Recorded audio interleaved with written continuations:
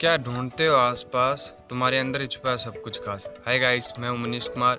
आज मैं फिर आपके लिए एक नई कहानी लेके आया हूं, जिसके माध्यम से आपको कुछ नया सीखने को मिलेगा। यह कहानी है एक राजा जी के दरबार की।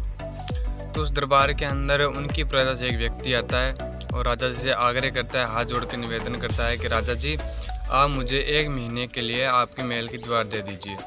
तो राजा जी उससे पूछते हैं कि आप हमारे महल की दीवार का क्या करना चाहते हो।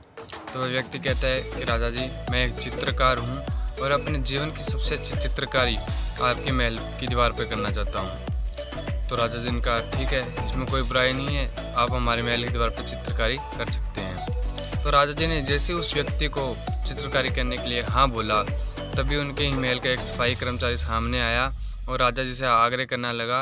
वह भी हाथ जोड़ के निवेदन करने लगा कि राजा जी, आप भी मुझे एक दीवार दे दीजिए।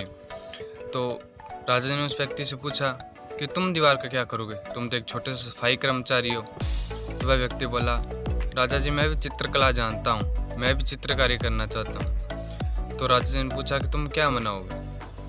तो वह व्यक्ति बोला कि जो ये महापुरुष बनाएंगे, मैं भी वही चित्रकारी करना चाहूँगा, और जो आप दीवार इनको देंगे, उनके ठीक सामने वाली दीवार आप मुझे दे दीजिए। और आपको ऐसा ना लगे कि मैं इनकी देखकर चित्रकारी कर रहा हूँ, तो आप हमारे दोनों के बीच में एक बड़ा सारा पर्दा लगवा दीजिएगा। तो राजा जी को ये थोड़ा अजीब लगा, अटपटा भी लगा। तो राजा जी ने कहा, चलो ठीक है, मैं तुम दोनों को अनुमति देता हूँ और साथ में एक दीवार देता हूँ, आप दोनों वहाँ पे चित्रकारी कर सकते हो। तो राजा जी ने उनसे पूछा कि आप मुझे ये बताओ, आपको चित्रकारी करने के लिए क्या क्या सामग्री चाहिएगी।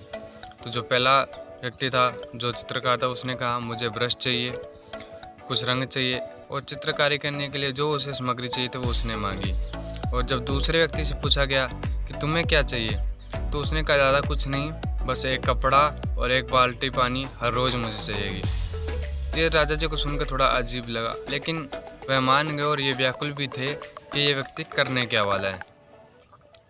फिर उन्होंने चित्रकारी करना शुरू कर दिया। दिन पे दिन बीतने लगे, 1 महीना पूरा हुआ।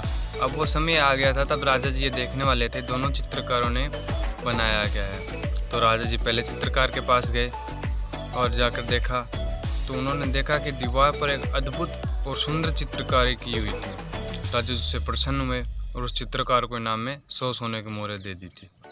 फिर राजा जी ये सोच रहे थे कि अब मैं ये देखना चाहता हूँ कि जो दूसरा चित्रकार था, क्या उसने भी ऐसी हूबहू एक चित्रकारी की है। तो वह दूसरे राजा जी के चित्रकार के पास गए राजा जी, तो उन्होंने देखा कि दीवार पर ठीक वैसी हूबहू चित्रकारी की हुई थी। और राजा बहुत ज़्यादा प्रसन्न हुए और उसे 2 गुना इनाम दे दिया। तब राजा जी ने पूछा, तुमने ये किया कैसे, ये मुझे बताओ। तो उस व्यक्ति ने कहा कि राजा जी, ज़्यादा कुछ नहीं किया, बस क्या है कि इस दीवार के ऊपर जो है संगमरमर की दीवार है, इस पर थोड़ी धूल जम गई थी और मैंने इसे कपड़े से रगड़ कर इतना साफ़ किया है कि अब इसके अंदर हम जो देखना चाहे वो हम देख सकते हैं। ठीक है, इसीलिए तो सामने वाली दीवार का चित्र है जो हमें दोगुना होकर दिखाई दे रहा है। ठीक इसी प्रकार एक गंदगी की परत हमारे दिमाग के ऊपर छा जाती है। यह गंदगी की परत है जो नेगेटिविटी की परत है। नेगेटिविटी क्या होती है, जो हम कोई भी काम को शुरू करते हैं ना, उससे पहले हमारे माइंड के अंदर एक नेगेटिविटी आती है कि मैं इस काम को क्या कर पाऊँगा, क्या मैं इसमें सफल होऊंगा। देखो, वो आप पर है कि आप इन जो आपके विचार में थॉट आ रहे हैं, आप इनको कितनी अहमियत देते हैं। मैं आपको यही कहना चाहूँगा, अगर आप किसी भी काम को करते हैं तो उससे पहले आपके माइंड के अंदर जो थॉट आने चाहिए वो पॉजिटिव सोच आने चाहिए। मैं इस काम को कर सकता हूँ, मुझे इस काम में सफलता ज़रूर मिलेगी, मैं अपनी अगर मेहनत करूँगा लगातार तो मैं अपने इस मंजिल तक ज़रूर पहुँच जाऊँगा।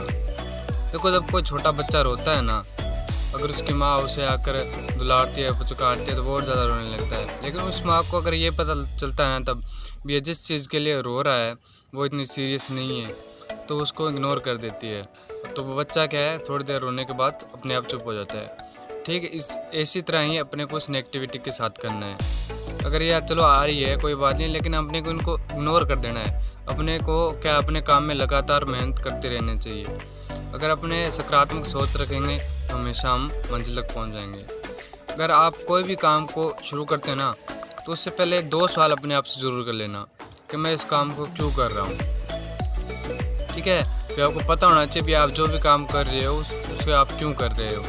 दूसरा सवाल कि मैं इस काम को कर रहा हूँ तो इससे मुझे परिणाम क्या होगा, इससे मुझे सफलता प्राप्त होगी या नहीं होगी। ये अगर 2 सवाल आप अपने आप से कर लेंगे तो आप हर काम को ज़रूर सफलता से पूरा कर पाएंगे। देखो नेगेटिविटी तो आएगी आएगी।